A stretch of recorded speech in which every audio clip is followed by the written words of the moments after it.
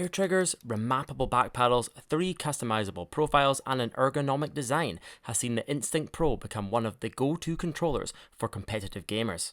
But it definitely isn't perfect. In fact, over my time on this channel, I've had many of you tell me about some of the issues you've encountered, highlighted by the dreaded stick drift. And in today's video, we are going to talk about the 5 improvements I think the next Xbox SCUF controller needs to have to help it keep up with the competition.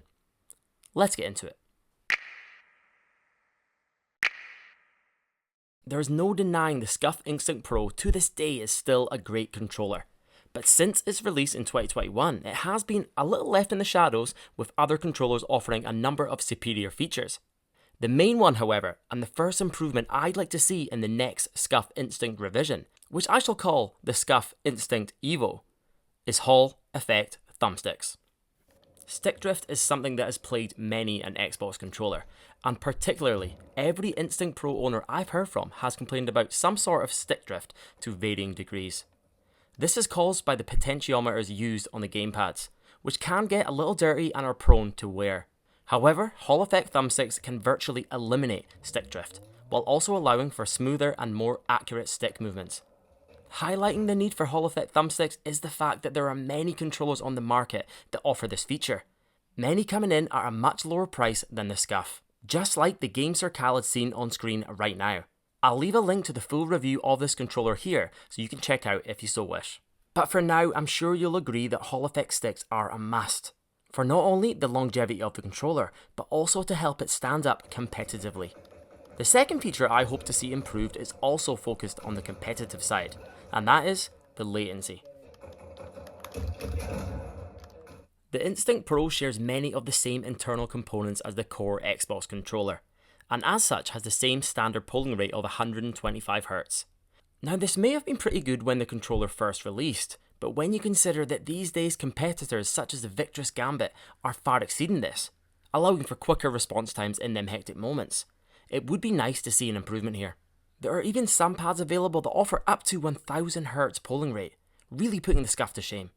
Considering the SCUF is designed for competitive players, less latency and a higher polling rate should be a priority.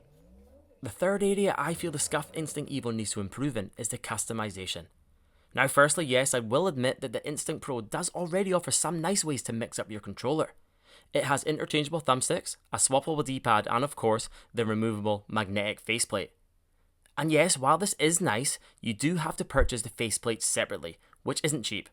It would be nice to see an extra faceplate included with a purchase, but the real thing I want to see included to add to customization is some RGB lighting. Not the full-on RGB seen on the Turtle Beach Stealth Ultra, but something more like the RGB found on the Elite Series 2, where you can set the colour of the Xbox home button. It's subtle but effective and can be used to indicate which controller profile you're on. I actually love it and think it would be a great added feature. For number 4, I've gone for the inclusion of a rechargeable battery pack. Yes, the SCUF Instinct Pro doesn't come with a rechargeable battery, meaning you either need to buy a pack or use disposable AA's. Again, on this channel I have had many mention that they actually prefer this to an internal rechargeable pack. And I suppose when you consider that if anything does go wrong with your internal pack, your controller is pretty much knackered. So I do see the point. However, what I suggest is a removable rechargeable pack being included in the box, giving us the option to either go for the AA's or the rechargeable ones. It really is a huge oversight in my opinion not to include this, considering many of the SCUF competitors not only supply this, but also throw in a charging dock. And this brings us on to my final area that needs to be improved for the SCUF Instinct Evo, and that is the price. Coming in at the best part of £200, the SCUF Instinct Pro definitely sees itself as a premium option in the controller space.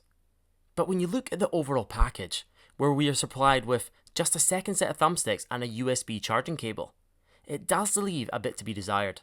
As mentioned earlier, other controllers out there offer much more into their offering, be that charging docks, carry cases, swappable faceplates, and of course a superior array of attachments. So firstly, I would like to see a more affordable price, getting closer to the £120 mark, but also some more thrown into the bargain. Much like I mentioned earlier, a second included faceplate would be appreciated, while the addition of a rechargeable battery pack and a charging dock would really make the SCUF Instinct Evo a more palatable deal. This, as well as the other 4 improvements I outlined, could see the next Xbox SCUF controller continue to be the go-to for competitive gamers, and the gamer looking for the most premium gaming experience. So there we have it, the 5 things I feel the next SCUF Xbox controller needs to have. But what do you think? Is there anything you would like to see added? Haptic feedback like the PlayStation controllers, or possibly a screen for more customization, just like the Stealth Ultra? Remember to let me know in the comments below. Now, if you would like to see a video just like this, but talking about the improvements I'd like to see in the Elite Series 3, I'll link it right here. But other than that, that's the video. Thanks so much for watching. Remember to hit that like button and consider subscribing. But until the next time, I'll catch us.